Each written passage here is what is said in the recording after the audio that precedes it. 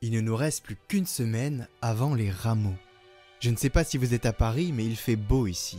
Il fait beau depuis une semaine et cela va encore durer 2 semaines. C'est la joie du printemps. Sur Catoglade, nous avons une diversité immense de personnes venant de plein de pays, de plein d'îles, de plein de paysages différents. Et tous nous avons cette lumière du ciel qui nous touche, de cet astre du soleil. Eh bien, nous pouvons comparer cela avec la lumière de Dieu, le Dieu vivant, et vous allez le comprendre dans le commentaire du jour. Je voulais vous annoncer que nous commençons un nouveau parcours qui va parler de la Trinité avec le Père Alain Dumont. Alors je vous souhaite une bonne continuation dans ce parcours de carême, j'espère qu'il vous nourrit.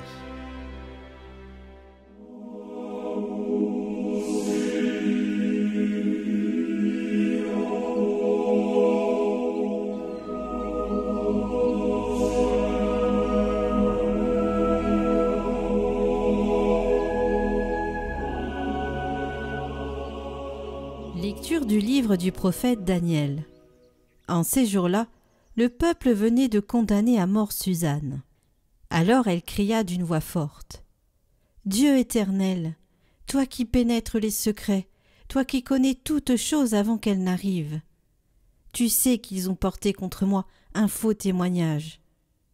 Voici que je vais mourir sans avoir rien fait de tout ce que leur méchanceté a imaginé contre moi. » Le Seigneur entendit sa voix.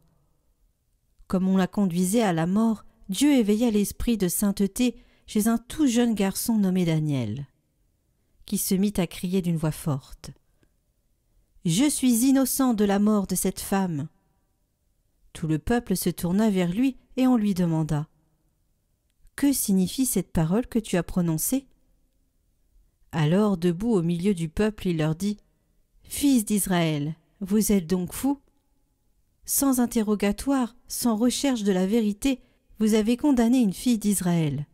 Revenez au tribunal, car ces gens-là ont porté contre elle un faux témoignage. » Tout le peuple revint donc en hâte, et le collège des anciens dit à Daniel, « Viens siéger au milieu de nous et donne-nous des explications, car Dieu a déjà fait de toi un ancien. » Et Daniel leur dit, « Séparez-les bien l'un de l'autre, je vais les interroger. » Quand on les eut séparés, Daniel appela le premier et lui dit, « Toi qui as vieilli dans le mal, tu portes maintenant le poids des péchés que tu as commis autrefois, en jugeant injustement. Tu condamnais les innocents, et tu as quitté les coupables, alors que le Seigneur a dit, « Tu ne feras pas mourir l'innocent et le juste. » Eh bien, si réellement tu as vu cette femme, dis-nous sous quel arbre tu les as vus se donner l'un à l'autre. » Il répondit, « Sous un sycomore. » Daniel dit, « Voilà justement un mensonge qui te condamne. L'ange de Dieu a reçu un ordre de Dieu, et il va te mettre à mort. » Daniel le renvoya, fit amener l'autre et lui dit, « Tu es de la race de Canaan, et non de Juda. La beauté t'a dévoyé, et le désir a perverti ton cœur. C'est ainsi que vous traitiez les filles d'Israël, et par crainte, elles se donnaient à vous. Mais une fille de Juda n'a pu consentir à votre crime. Dis-moi donc sous quel arbre tu les as vus se donner l'un à l'autre. » Il répondit, « Sous un châtaignier. » Daniel lui dit, « Toi aussi, voilà justement un mensonge qui te condamne. L'ange de Dieu attend, l'épée à la main, pour te châtier et vous faire exterminer. » Alors toute l'assemblée poussa une grande clameur et bénit Dieu qui sauve ceux qui espèrent en lui. Puis elle se retourna contre les 2 anciens que Daniel avait convaincus de faux témoignages par leur propre bouche. Conformément à la loi de Moïse, on leur fit subir la peine que leur méchanceté avait imaginée contre leur prochain. On les fit mis à mort. Et ce jour-là, une vie innocente fut épargnée.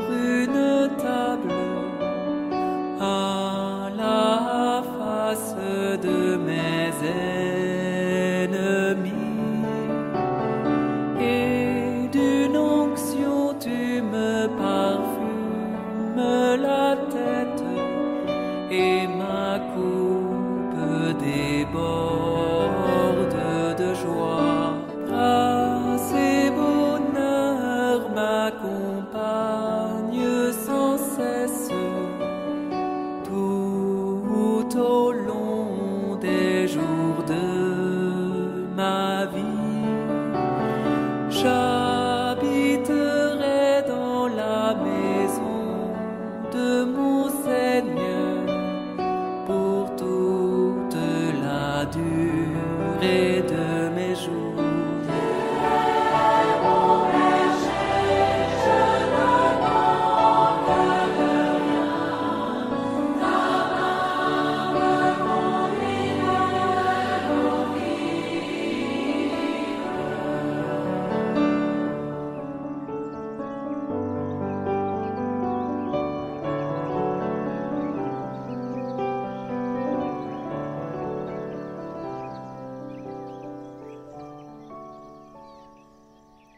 Évangile de Jésus-Christ selon saint Jean. En ce temps-là, Jésus disait aux pharisiens : « Moi, je suis la lumière du monde. Celui qui me suit ne marchera pas dans les ténèbres. Il aura la lumière de la vie. » Les pharisiens lui dirent alors : « Tu te rends témoignage à toi-même. Ce n'est donc pas un vrai témoignage. » Jésus leur répondit : « Oui, moi, je me rends témoignage à moi-même. Et pourtant mon témoignage est vrai, car je sais d'où je suis venu et où je vais. Mais vous ne savez ni d'où je viens, ni où je vais. Vous jugez de façon purement humaine. Moi, je ne juge personne. Et s'il m'arrive de juger, mon jugement est vrai, parce que je ne suis pas seul. J'ai avec moi le Père qui m'a envoyé. Or, il est écrit dans votre loi que, s'il y a 2 témoins, c'est un vrai témoignage. Moi, je suis à moi-même mon propre témoin, et le Père, qui m'a envoyé, témoigne aussi pour moi. » Les pharisiens lui disaient : « Où est-il ton Père ?» Jésus répondit : « Vous ne connaissez ni moi ni mon Père. Si vous me connaissiez, vous connaîtriez aussi mon Père. » Il prononça ces paroles alors qu'il enseignait dans le temple, à la salle du trésor, et personne ne l'arrêta, parce que son heure n'était pas encore venue.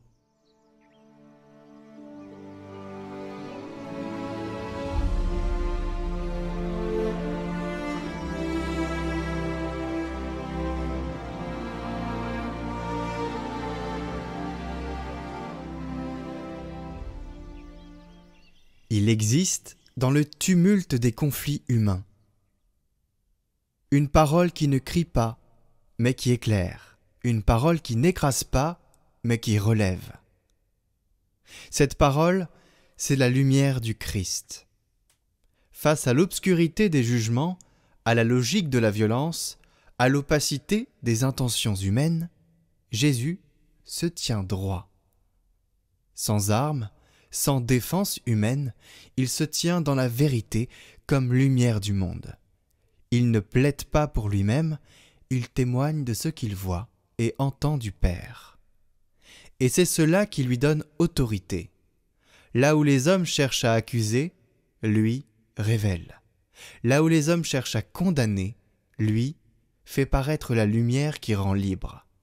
Et cette lumière n'est pas d'abord un savoir, c'est une présence filiale, un rapport vivant avec le Père. C'est cette union avec le Père qui fonde la justice de son jugement et la force de son témoignage. Mais cette lumière ne vient pas à nous dans l'abstraction. Elle éclaire le réel, jusque dans les souterrains de la conscience. Le récit de Suzanne vient dévoiler une humanité livrée à ses ténèbres.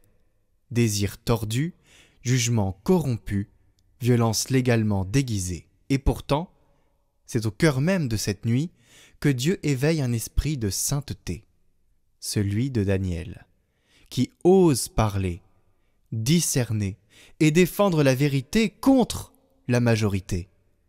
Il n'est qu'un jeune homme, mais il est saisi par cette lumière venue d'en haut. Le mensonge est mis à nu, la victime est sauvée, et le peuple apprend à bénir Dieu. Voilà ce que fait la lumière. Elle met à jour. Elle rend à chacun sa juste place. Elle restaure la vérité que la peur ou le désir avaient brouillée. Et cette lumière, loin d'être un éclat froid, est la tendresse brûlante de la miséricorde, capable de faire lever une aube même sur les ténèbres les plus épaisses. Cette lumière, Siméon, le nouveau théologien, la nomme. Il la prie, il la reçoit comme une flamme douce et redoutable. Et elle n'est pas d'abord un concept, elle est le Christ, Verbe du Père, lumière née de la lumière, qui nous révèle non seulement le visage du Père, mais aussi celui de l'Esprit, qui habite le cœur de l'homme et lui donne de porter témoignage. Alors, en ce temps de carême, nous marchons vers la pleine révélation trinitaire. Le Fils nous conduit au Père dans la lumière de l'Esprit. Et c'est dans cette lumière, qui n'accuse pas mais transfigure, que notre humanité se redresse, purifiée, pour apprendre à juger, non plus selon la chair, mais dans la clarté de Dieu. Alors après la louange qui va suivre sur la lumière, nous aurons le parcours de la Trinité et nous commencerons à parler du Père.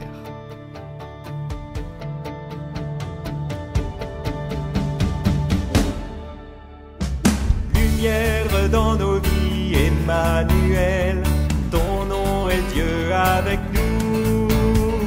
Le don de ton esprit nous renouvelle, tu nous appelles à demeurer en toi, pour vivre en enfant du Père. Lumière dans nos vies, Emmanuel, ton nom est Dieu avec nous. Le don de ton esprit nous renouvelle, tu nous appelles à demeurer en toi, pour vivre en enfant du Père.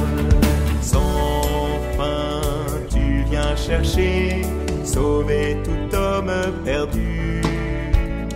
Par toi, nous renaissons, réconciliés avec Dieu. Lumière dans nos vies, Emmanuel, ton nom est Dieu avec nous. Le don de ton esprit nous renouvelle, tu nous appelles à demeurer en toi, pour vivre en enfant du Père. Jésus, ressuscité, Sauveur et Prince de paix, à toi la majesté, ton règne dure jamais. Lumière, Emmanuel, ton nom est Dieu avec nous. Le don de ton esprit nous renouvelle, tu nous appelles à demeurer en toi, pour vivre en enfant du Père.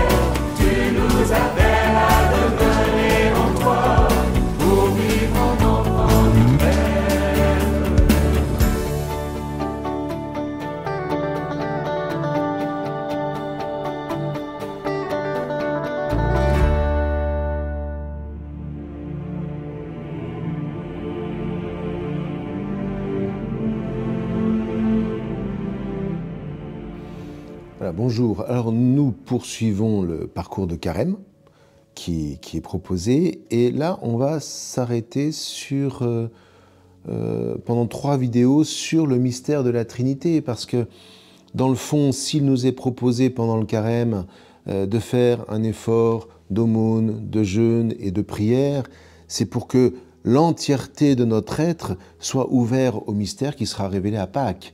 Et à Pâques, ce n'est pas simplement la résurrection du Christ, mis à part tout le reste du mystère, c'est la manifestation de la vie qui est dans la Trinité. Alors aujourd'hui, ce que je vous propose, c'est déjà de s'arrêter sur la figure du Père. Et comment germe, dans le fond, cette dimension paternelle de Dieu? C'est pas si évident. C'est pas si évident. Si vous prenez l'Antiquité, par exemple, eh bien, le premier sentiment qui a germé, c'était pas que Dieu était Père, c'est qu'il y avait quelque chose qui nous dépassait. Les anciens observaient le ciel et ils voyaient quelque chose qui était organisé, de leur point de vue en tout cas. Et ils trouvaient beau l'harmonie du ciel, l'harmonie des étoiles. Et ils en ont déduit qu'il y avait quelque chose qui était aux commandes de ce cosmos, de cette harmonie du ciel. Et, ma foi, on l'a appelé Dieu. Est-ce qu'ils ont tout de suite pensé à une création? Non. Ils ont pensé tout de suite à une espèce de mythologie. Pour les Grecs, par exemple, eh bien, vous aviez Chronos et Rhea, sa parèdre, sa femme, si vous voulez, qui ont engendré des dieux, Zeus, Apollon, Poséidon, etc., etc. Mais c'était un monde parallèle. Ce monde des dieux, quand il avait le malheur de vouloir rejoindre le monde des hommes, bon, bah c'était toujours une catastrophe. Donc voilà. Mais Dieu, la figure de Dieu, elle était là. C'était plus une espèce de projection des fantasmes humains de toute puissance. Bon. Ça, c'est l'Antiquité. C'est le sentiment qu'un être nous surplombe. Bon. Mais la Bible ne dit pas ça. La Bible, elle pense qu'il y a quelque chose de tout autre. Et ce tout autre, c'est ce qui va se révéler à Moïse sous le nom de l'être. Tout autre. Pourquoi est-ce que Dieu est Dieu? C'est parce que précisément quand il crée, il ne s'agit pas d'une émanation de lui, mais c'est quelque chose qui est tout autre que lui. Ça relève du génie. Si vous voulez, un peintre génial, c'est qui? C'est un peintre qui, dans sa peinture, sort de tout ce qui existait jusqu'à présent et tout d'un coup nous offre une œuvre dont on voit la puissance tout autre, mais qui nous parle. Voilà. Il a fait quelque chose de tout autre. Eh bien, Dieu, c'est celui qui, dans l'absolu, crée. Il fait quelque chose de tout autre que lui, mais pas indépendant de lui, pas parallèle, si vous voulez. Il n'y a pas le monde de Dieu en parallèle et puis le monde créé en dessous. Non, non, non. Il y a des relations. Voilà. Bien. Et on va s'apercevoir dans la Bible, ça c'est une expérience, vraiment la Bible c'est l'expérience de tout ce que je suis en train de vous raconter. On va s'apercevoir dans la Bible que Dieu en fait est un jaillissement de vie. Un jaillissement de vie. Et à partir de là, eh bien, on va entrer dans une contemplation de cette vie. On va s'apercevoir que cette vie, elle n'est pas encore une fois au-dessus de nous, mais elle est en nous. Dieu n'est pas ce monolithe qui subsiste dans un ciel hypothétique, mais il est avec nous. C'est le fameux Immanuel de Isaïe. Et il intervient. Il n'intervient pas comme un potentat dirait ceci, ceci, cela. Non, non, il fait jaillir la vie en nous. Il travaille à toujours remettre de la vie là où menace la mort. Et c'est ainsi qu'on va peu à peu se dire, mais cet être-là, il est souverain, il est roi. Hein?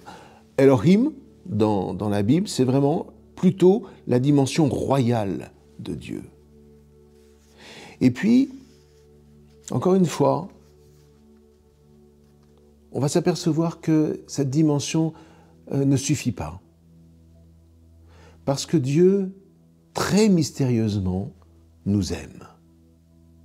L'être n'est pas une force anonyme, c'est une force aimante. C'est une puissance de vie qui est parlant. Ça nous parle. Dieu nous parle.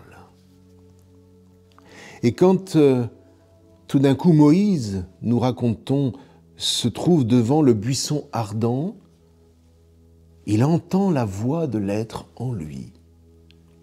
Et il entend l'être lui dire « Je suis l'être, celui qui a toujours été, celui qui est et celui qui ouvre l'avenir. » Ce qui veut dire que le royaume de l'être, en réalité, c'est avant tout le temps. Alors pas le temps habituel, vous voyez, quand on vit hors de Dieu ou quand on vit dans l'insouciance, le temps, dans le fond, n'est jamais que notre ennemi. Il nous entraîne vers la mort et on essaye d'oublier ça. Non, le royaume de Dieu, et du Père, c'est le royaume du temps au sens où il nous offre de bâtir le temps. Il nous offre de pouvoir voyager spirituellement dans le temps pour y trouver précisément le lieu de notre bénédiction.